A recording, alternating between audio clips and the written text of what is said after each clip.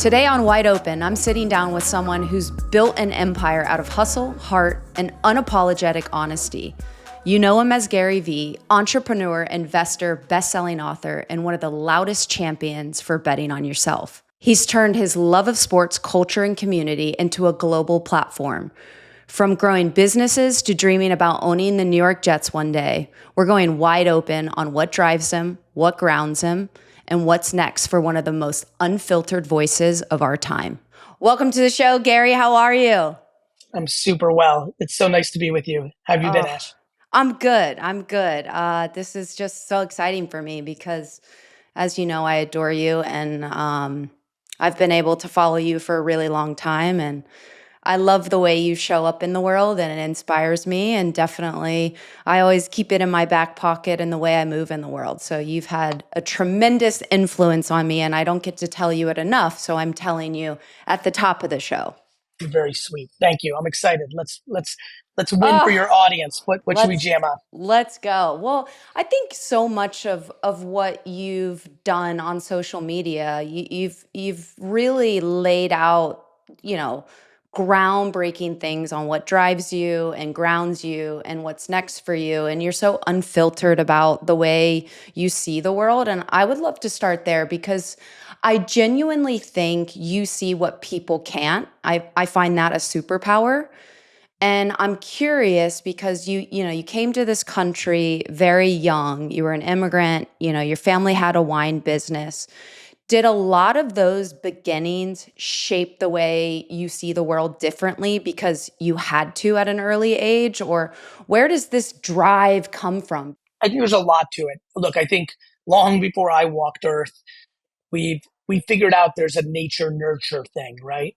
And so you know this about me, and it just even I actually try to limit how much I publicly give my mom over the top credit because I think it's, for people Mm, that follow me carefully, it's like truly a broken record. But I would say it starts with um, I took a lot of really special DNA traits from my mom.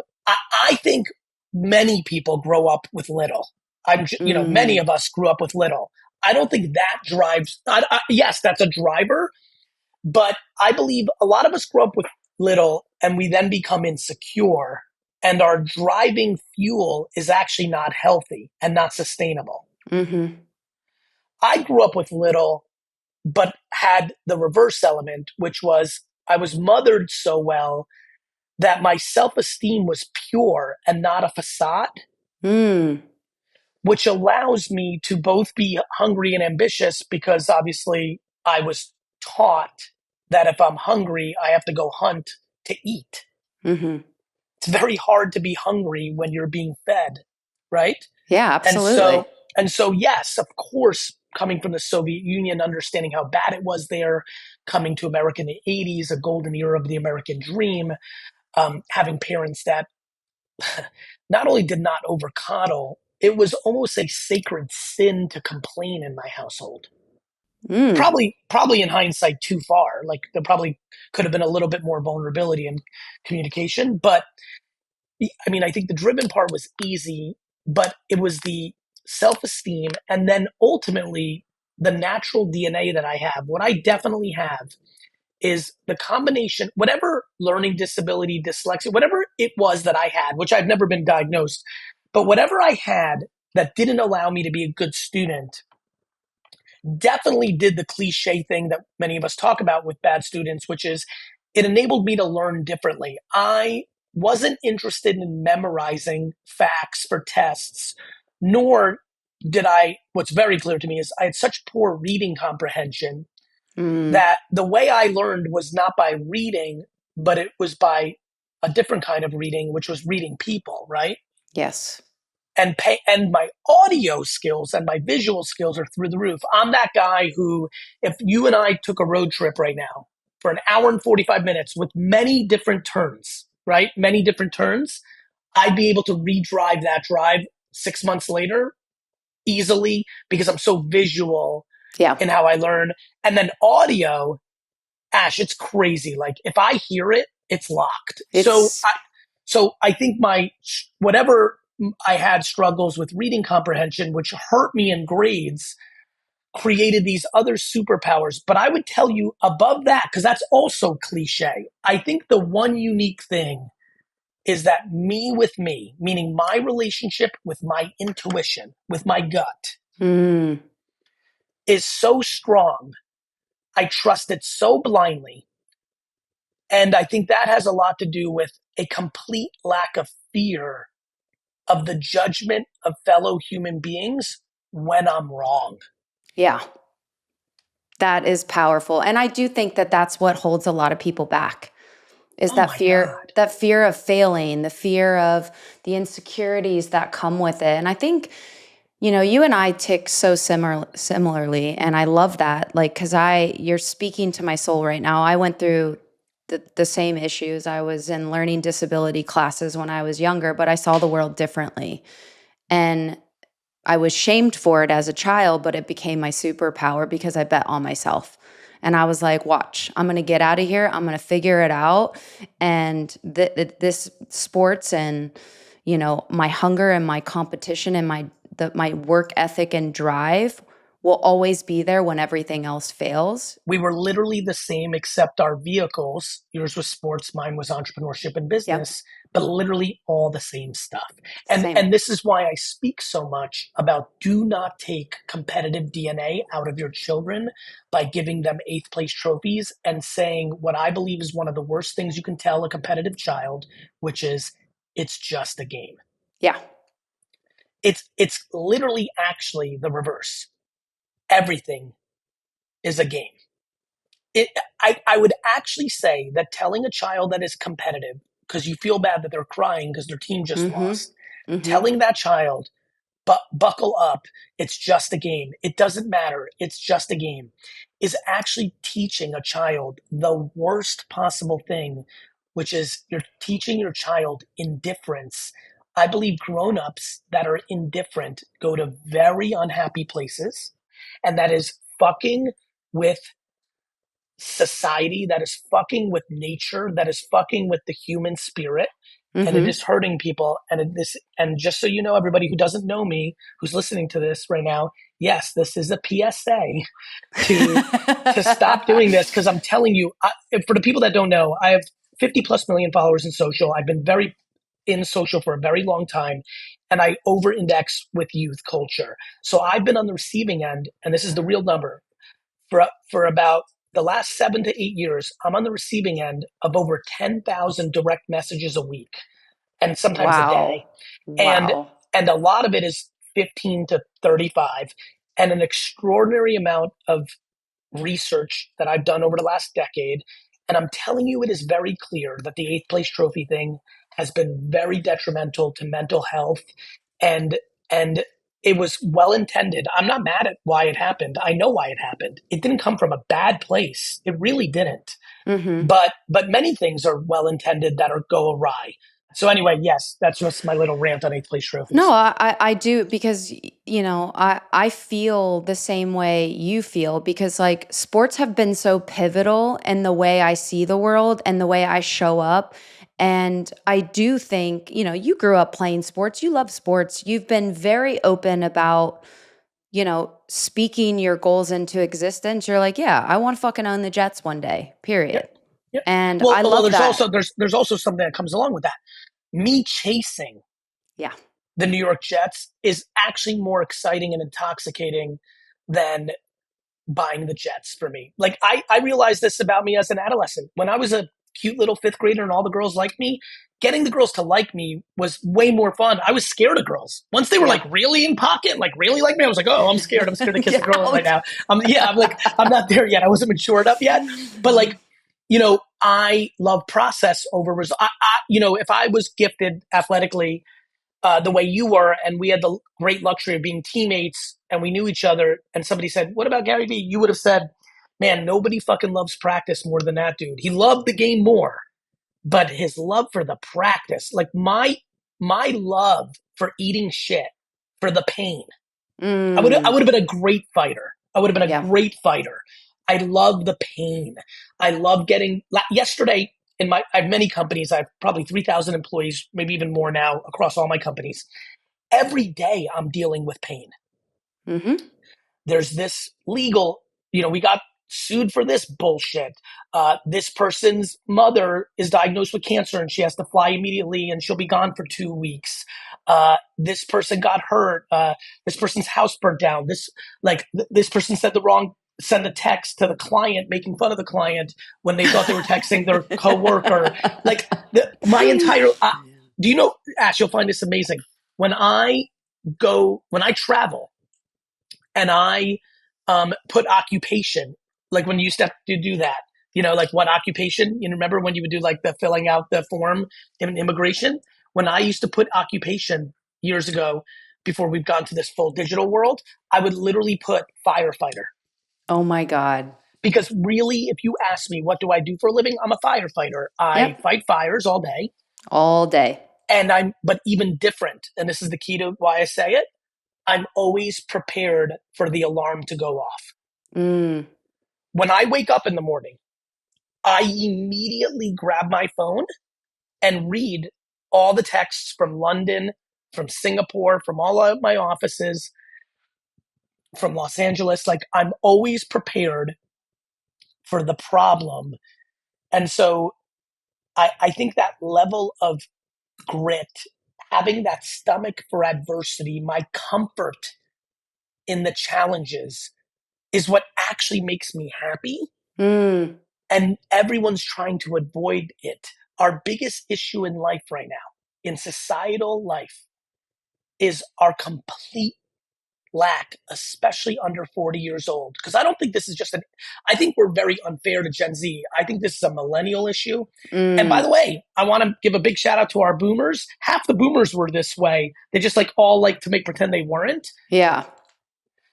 We are not comfortable with a little discomfort. I agree. a It's just hundred. bananas to me. Like people yelling. Like, have you been to an airport? People yelling at the fucking airport. Like these poor airport employees. Like the plane, they're not letting you board it because they don't want you to fucking die. Yeah. Like, Mm-hmm. like they're literally making sure the plane's okay. So Mm-hmm. you don't die, and you're gonna literally yell Yell. at the person at the gate for the 2 hour delay because remind me, you can't wait to get to Disney World and lay by the pool and drink a margarita and go see fucking Goofy? What the fuck's the matter with you? Like I'm we are complete. Well, you're mad at the barista because she put in the wrong milk? This is worth a berating of a human being? What the fuck is the matter with people? mm-hmm. I totally agree. I've been saying this for a really long time. I'll give you another example, Gary. I went to the gym, what was it, yesterday, and every person in the gym is on their phone, working out, scrolling on Instagram, listening to a podcast, and I don't have anything in my ears for a reason. It should be uncomfortable. I don't I go see it. into those spaces and I'm like, this is my chance to lay on the floor and just put a podcast in and no, Yeah, you go to like work. you go to fucking Now, work. look, you're in a stratosphere by yourself. You are part of a very rare group of humans on Earth that were physically and emotionally talented and put in the work to be actually not only a professional athlete, but incredible at it. So that makes sense to me. Yeah. What, but it's funny. I, on the other hand, only started getting serious about physical health at 38. So about 11 years ago, right? My first workout with Mike Vacanti 11 years ago, in hindsight, is wildly laughable. I had so few muscles in my body and so much fat in hindsight. But what I think is really interesting, my version of what you're saying is Mike and then Jordan and then Mike, my full time, they live with me, they travel with me, trainers. What they did well is they taught me form. They're like, look, if Mm, you're gonna do it right so you actually build muscle. You're not here to impress the other bros. The thing that I always pay attention to in the gym is the guys and gals, but boys are good at this game. The guys that take on 10 extra pounds than they need to when they do arm curls, but their mhm. entire fucking back is swinging for them Swinging. to get it up. And this goes back. And when I see them do that, and then when I go and do it, and I'm doing 5 or 10 pounds less than I can probably with a little bit of extra because I'm so obsessed with just doing the form properly.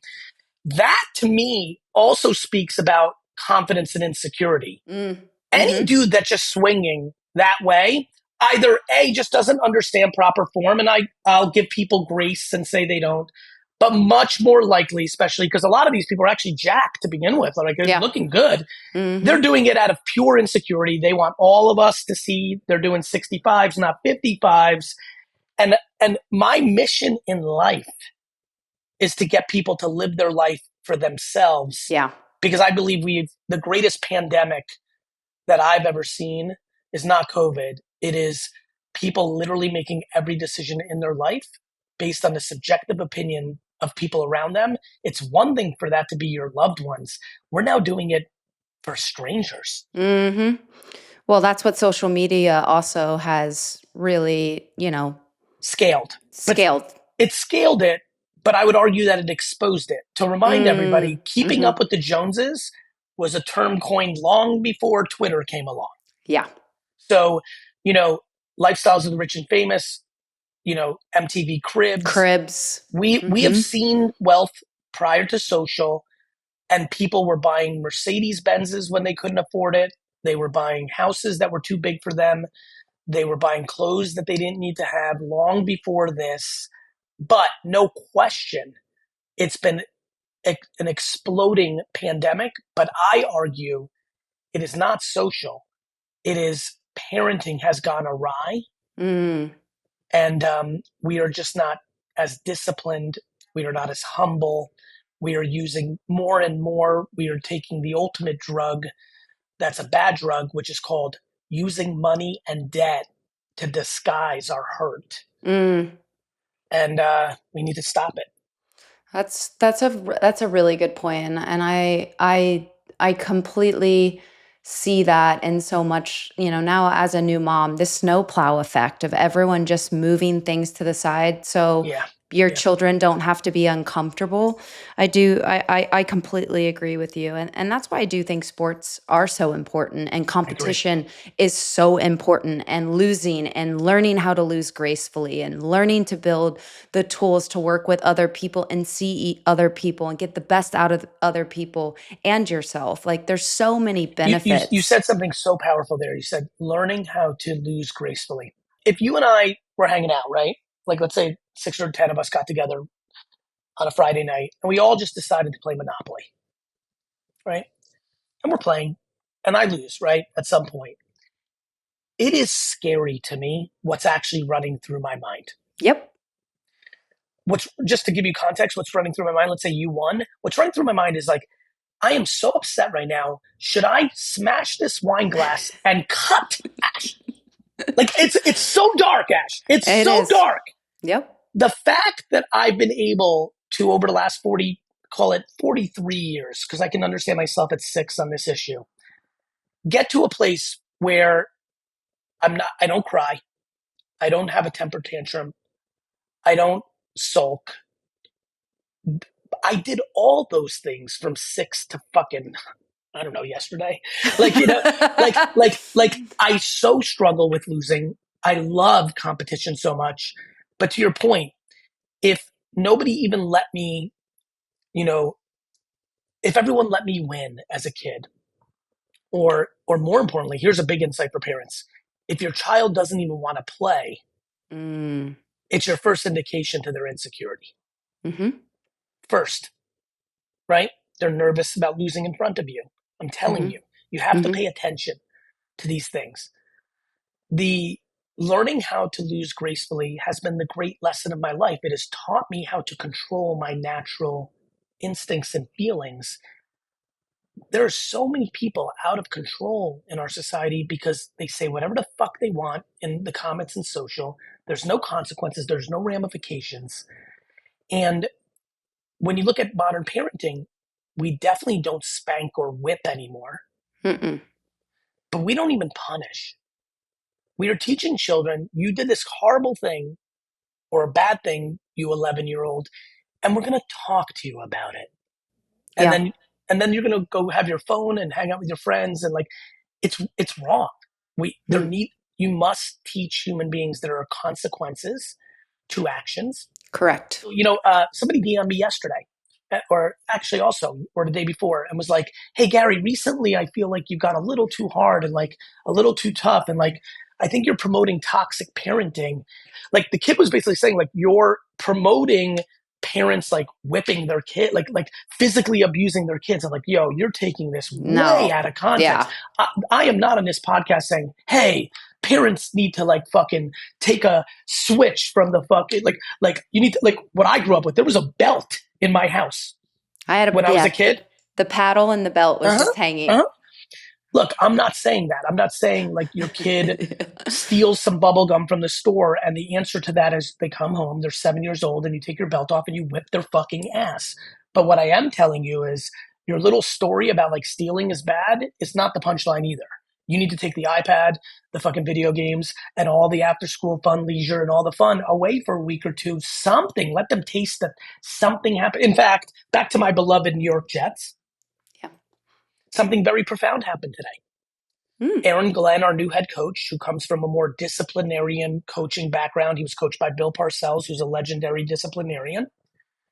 The Jets lost on Sunday to the Steelers. I was devastated. They lost because a young Yeah. player fumbled on a kickoff and set up another easy touchdown for the Steelers. That was the difference in the game. The Jets cut him today. Now, for context for everyone, this kid, he's a great kid, by the way, as a human. The kid has unfortunately fumbled a lot in his career. Last year in the NFL, he fumbled more than any other player. Fumbles are devastating if you don't know football because if you turn over the ball, it usually is an indicator who's going to win the football game because in the NFL, the teams are so close. Anyway, this used to happen all the time, Ashley, all the time. This exact situation. You have a fumbled kind of DNA. You fumbled in a big spot. A new coach wants to set the tone and they cut the player. And you know this, cutting the player, this is financially impactful. Like this is real stuff. But it's a lost art in today's, even in the NFL, the coaches are a little more softy. It is very clear to me that players number 45 and to 53 on the Jets roster this morning, the players at the bottom of the roster, are going to walk into film today. And you know this better than I do. I mean, I rep athletes and I know they're going to pay much more attention. Yeah. I have a very funny feeling. And I'm saying something important. I'm saying something that has fundamentally affected the livelihood of a young man that I know. I don't know him personally very well, but I know so many of the Jets players. Wonderful kid. I don't sit here happy today. I'm sad for him. It's business. But it's business. People, somebody got fired today at VaynerMedia. Like it happens. It's business. It speaks about consequences and what it means. In fact, I hope he goes and signs with another team. And I hope this moment makes him put in the work or whatever he has to do to not fumble as much. And I hope he has a wonderful career as long as it's not in the AFC. I don't want him to bite us back in the ass. So go to the NFC. But the punchline of that story is if you're a parent, if you're a boss, if you're a manager, and by the way, I have made this mistake because I love a good culture in my company. I have struggled with firing because I feel like I'm directly affecting someone's livelihood. And I'm so passionate about eliminating fear. I'm actually filming this right now with 2 new employees that are in my inner circle. And their first couple of days here, their behaviors were so clearly grounded in fear of wanting to show me that they were up for the task, they were capable, they wanted to impress me, and I'm such a public figure, like even just like what do they know about me, like how can I show Gary, and I in different ways I told both of them like, hey, I'm telling you from the bottom of my heart, I know you've probably been fucked before or things of that nature. You've got time. Yeah. I think we're a month in. I haven't even, this is true, by the way, and I'm obviously doing 2 things at once right now. I haven't even begun to judge if I think they're good or bad. I have too much grace to allow them that they have to contextually learn. In fact, most of the things so far in the first 30 days that I've observed that I'm like, have been grounded in overcompensation around the fear. Being too frantic, I like calm. In my obsession of eliminating fear, as a leader of 3,000 men and women, At my worst, in many pockets over the last 15 years, I've created entitlement. Mm. It's one thing for these two young gentlemen who I'm going to give time. It's another thing when they're now here for 2 years, and I struggled with sitting down and being like, "Hey, Danny, now Yep. now it's December 2026. I can't have you doing what you were doing in August of 25 because it's just bothering me. It's like not the right way. It creates fear for everyone else." And so the first part I'm very proud of. The Mm-hmm. second part, I've not, because I would believe, and I want everyone to hear this, is for parenting and leaders, coaches and business leaders. My December 2026 conversation with Danny, that direct, I would leave that meeting thinking, fuck.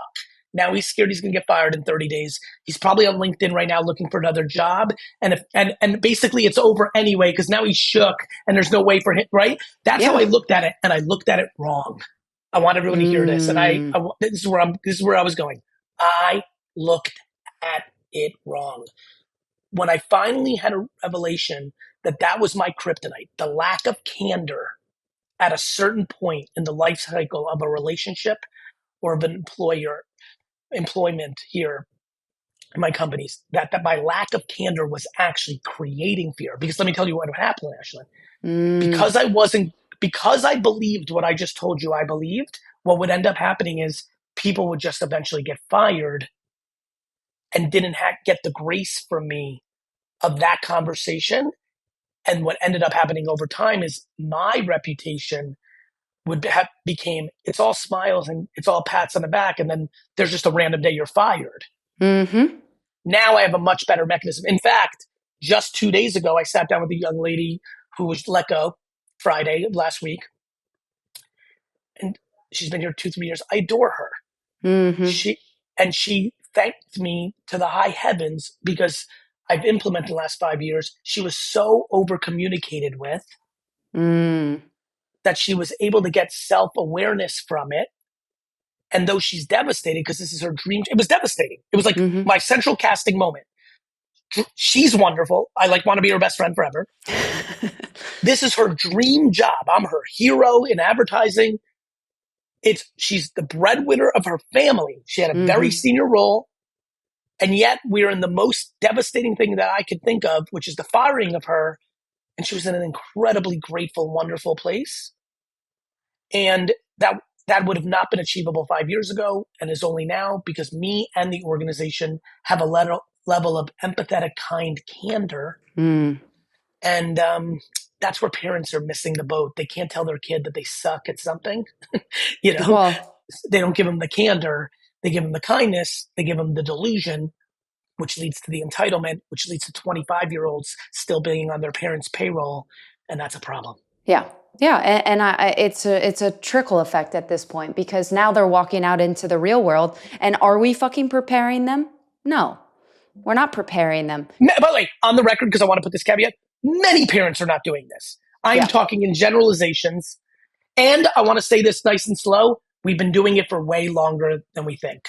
Millennials, Gen Xers, and boomers love to think this is some new Gen Z phenomenon. It is not true. I am square in Gen X. I have unlimited loser friends that were overcoddled by their moms and dads that I grew up with. I want to talk to you about this because you and I always talk about the opinions on social media. And I said this on a podcast not too long ago because I know what it was like when I was younger and I was stealing and I was doing drugs and I was in 6th grade and I was just hanging out with the absolute fucking worst people. And I don't know if it was for attention. I don't know what the freedom of like being bad and getting in trouble. But I have said this and I've said this and I've said this. You are a product of the people you choose to surround yourself with. And every time I say, because this is a lived experience as someone who was stealing, doing drugs, doing things I'm not proud of because of the people I was around, because I wanted to impress them. I wanted to fit in. I wanted to be in the bad boys club. Yeah. And now I'm in this understanding of I want to learn. I want to not be the smartest one in the group. I want to be challenged at every fucking turn. I want to be curious. Like, I want all these things. So I don't want to surround myself with people who aren't going to move me selfishly forward and have a good impact on me. And It's because you love yourself more now. Yeah. I mean, right? Let's get to Yeah. the fucking Fucking punchline, point. Yeah. right? And this is what I desperately want. Like, I was getting goosebumps as you were talking because like my heart was bleeding because I love you so much. I'm like, man, she was just in a fucking bad place. When you're in a bad place, you hang out with bad people because it's your only safe place. Thank God, and I'm so proud of you. You've put it, and you've had all the challenges, many more than I've had per se, or different ones than I've had per se, because I think everyone's got their own version of challenges. You are in a place where you love yourself enough to do what you're doing. And that's what I'm trying to say to all of you. My friends, listen to me carefully on the other side of this podcast, whether you're on a treadmill, bullshitting your workout, or walking your dog, or you're in the car in traffic. Everything is about you versus you. Everything in your life is based on where you're at with yourself. 100%. You here's my favorite. I have this probably about me given our friendship, even though like we're both so busy, but like I've always had a lot of girl friends, like friends, and like, everyone's like girls and guys can't be friends. Like, on the record, I have had many girlfriends. I hope some of my girlfriends don't get offended by this. I have had many girlfriends that I have had no interest in sleeping with or hooking up with. I just like people, right? Growing up, I always had a lot of girlfriends. First tomboys, right? Because a lot of sports, and especially in college is when I think I woke up to this. When my girlfriends were like, man, and I've been always on this emotional intelligence shit long before I understood what the word meant or even had heard the word. When all my girlfriends were like, man, I just always end up with the wrong guys. What's my luck? I just get all these bad guys. And Ash, I'm telling you, 1994, I was like, sister, it's fucking you. You end up with bad guys because of you. Like, you don't feel great about you, right? I get the, like, in a girl's early years, like the bad boy that's got a pretty face. I get it, right? Yeah. But I grew up with so many other girlfriends who never had bad relationships. And the one thing that was obvious to me as early as 21, 20, 19 years old was like, these girls are like me. They're confident. And these girls are not. And the end. Yep. Right? And so, and everybody gets it twisted. Everybody thinks that if you're a pretty girl, you're confident. And what we all learn as we get older, in fact, oftentimes you're very much not confident because the only validation you've been getting from the world is your looks. And that is fine and good. And like, I'm a fan of beauty, both in men and women, but I find many of my most attractive friends are deeply insecure because they wanted validation for their brains or for their personality. Rightfully so. It's a human flight. And so, yeah, self-esteem is true self-esteem. People get the word self-esteem and ego very confused. Ego is actually insecurity with makeup on. And self-esteem is the most intoxicating, powerful superpower on earth. Yeah. And I think you nail it there, right? I think also being a woman and a woman saying like, it is my choice not to fuck with average people because it affects the way I see myself in the world and how I move in it. Instead of that being like a holy shit comment coming from a woman, a man says that, there's no fucking issue. There's no issue. Yeah. And the thing I always tell my girlfriends is you'd be surprised though. Like, I always say this to girl pals. I'm like, and obviously I have no naivete. Don't forget, my mom is my hero. Yeah. So that made me very aware early on. Like, yes, the world is different to men and women. And by the way, it cuts both ways. Like, I say this all the time. Like, when I come back in my next life, I want to be a 10 out of 10 woman. Like, there is incredible, undeniable, extraordinary life opportunities. God forbid if I'm smart, it's fucking over. Oh, it's over. But I'll even take not being smart. I want to be confident. But nonetheless, I always say this to girl pals, especially as we got into this last decade. One of the sad things that's happening in society is as if we weren't against each other on religion and country of origin, as if we needed other things to separate us. We got into, you know this, I didn't even know that I was part of Gen X until I was 25 years old. Mm-hmm. So now we have generational divide. Like, Mm-hmm. hey, boomers, you have to hate Gen Z and Gen Z has to hate boomers. In the last 10 years, the Gen Z versus boomers thing and the men versus women thing has been devastating to me. Mm-hmm. It's two new things, as if race wasn't enough and religion. Now let's throw two more things at the world to divide us by, which Yep. I hate. Mm-hmm. But I tell my girl pals all the time, like, if boys did that, especially in business world, this will make a lot of sense to you. Gary, if boys are assertive, like they're fucking G's. If I'm assertive, I'm a bitch. And there's Mm-hmm. incredible historical truth to that. What I would tell the women listening to this right now, especially the moms of sons, Mm. I said it earlier of how much interaction I've had with 15 to 25 over the last 15 years. There is no separation between men and women on how insecure they are. Men, Mm. actually, I'll say nice and slow. Women, if you're in a place where you're judging quote unquote men, every single, like, let's think about, I like razzing on men too. Think about everything you razz on men for right now. Just think. I'm going to go nice and slow. Just give it real thought, especially if you just had a breakup. Like I'm sure you're rattling on many things. Okay, let's do another minute or two. Da, da, da, da, da. Okay, done. Every single thing that man does that you think is horseshit, talking down to you, uh, not listening, not respecting your opinion, whatever you're going to bring up right now, 100,000% of it comes from insecurity. Yep. Men are uncomfortably insecure. In fact, the rise of like this man self-esteem movement, which is like so sadly like Mm-hmm. anti-woman, is just exposing even more men that are deeply insecure and they need some aggressive man to make them feel more comfortable. Can't Like, regulate emotion because they were never taught to. and just, so I would just say, you know what my great dream is for society?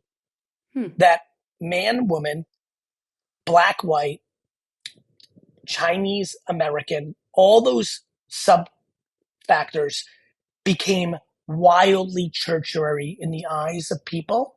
Hmm. And we could just get to some weird, we're all humans. Like, I'm kind of like, I'm about to lose a lot of anybody who just started to like me is about to hate me. So I'm just prefacing this. Ash, do you know that I have a weird relationship with animals? I did not know that. Let me tell you what it's based on where I was going. I wish that humans could blindly love each other the way we blindly love dogs. Oh, that's so, yeah. I feel that. I really struggle watching people I know in my life who are just not great to other people. And then a fucking puppy comes along and they're and it frustrates the living shit out of me. And Mm-hmm. it's how I learned early in my life that people were scared of other people, that they were insecure. Mm. The reason, and I hate to do this because she's passed, and actually I'm going to say it as a compliment because I love her deeply, but my grandmother was a big factor in my life. My grandmother, my dad's mom, would come to our house and live with us between my mom's birthday and my dad's birthday. So she lived in Queens while we lived in Jersey, but she would come on May 3rd and she would stay until September 10th every year of my life. Mm-hmm. So I really lived with my grandma in a lot of ways. If you think about that, half the year, my whole life. Yeah. She was so negative. Ugh. She had not one nice thing to say about anyone. Mm-hmm. And she spent all her time trying to put that in me. Mm. Like, she would actively go out of her way. Like, my aunt would visit her sister-in-law. And then like the next morning, she would like I would watch her, like a dog and a bone, come to me and like sit down next to me on breakfast and just talk shit. Mm-hmm. And about my dad and about my mom and about and those kind of people, not to me about me, but me to my sister and my sister to me. And then I had my mother who was literally the opposite. So I lived this whole life where I was like, okay, this is the world. Mm-hmm. And like, this is way better than this. And obviously I shared my mom's DNA, so it made it natural for me. But my sister shared my grandma and dad's DNA, and it made it harder for her. Mm. So obviously I had that framework. So I saw the world that way. Everybody I met was either my grandma or my mom. And my grandma's crew, oh, they love a good dog. Mm-hmm. Always. Because a dog doesn't talk back to you. Mm. Period. Yep. But a human can call you out on your insecurities. And if you're deeply struggling with narcissism or insecurity, well, you don't want people poking yours in. And you don't receive it. Period. That is life. And it's beautifully put. And I'm curious, Gary, for someone who's lived so loud publicly, what do you keep for yourself? Like what anchors you? Everything that's good. My family, you know this. Yeah. I'm uncomfortably private, Mm-hmm.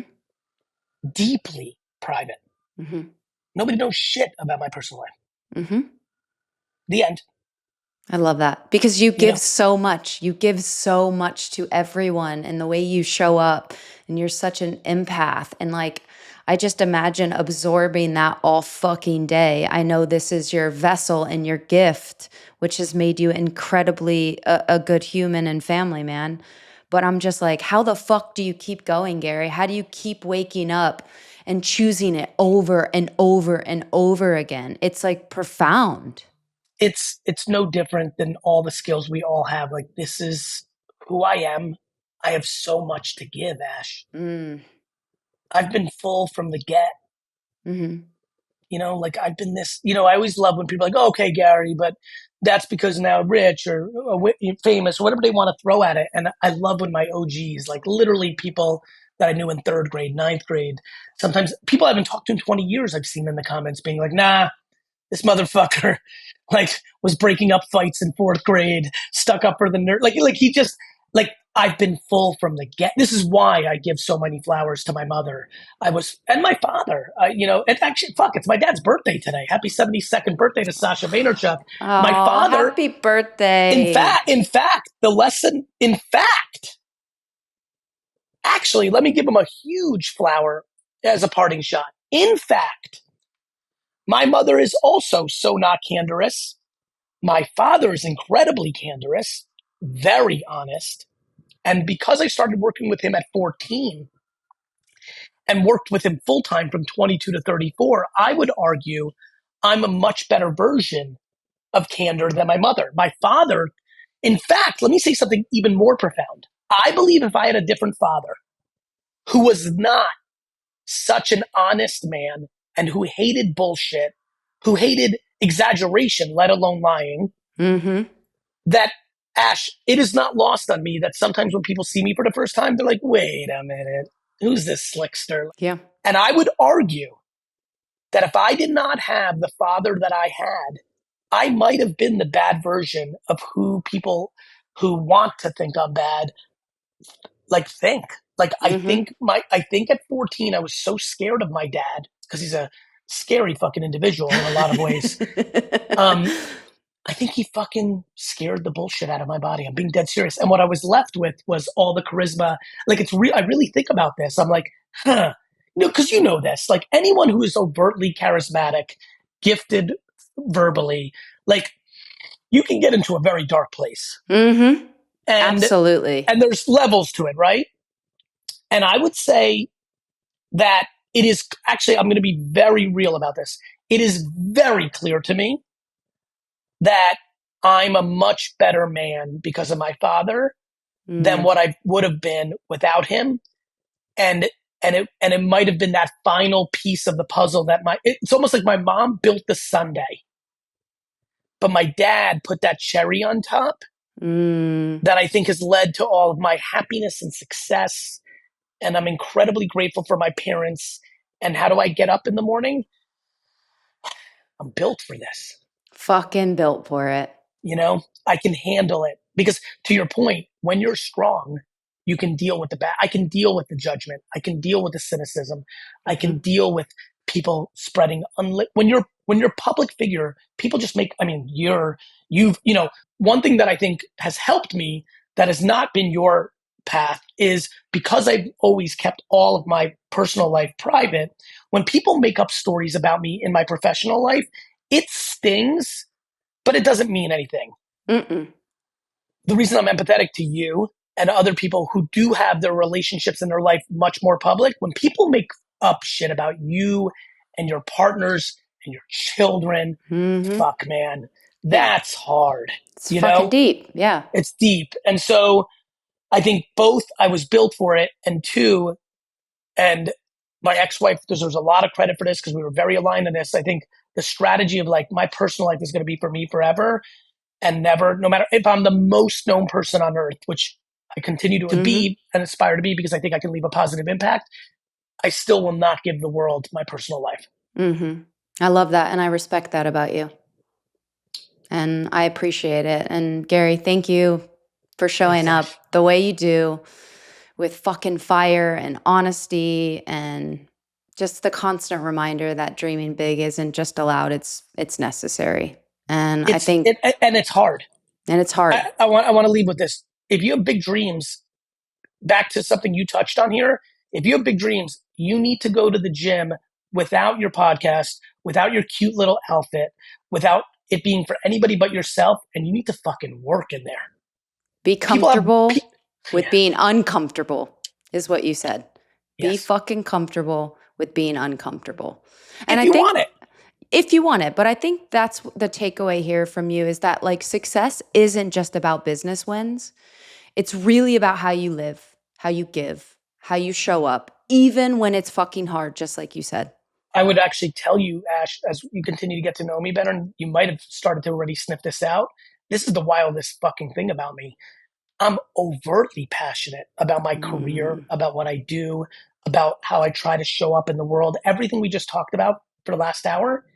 And none of my validation comes from it. ugh, It's not what I strive for. I strive I for love it. waking up in the morning and not having pressure on my chest.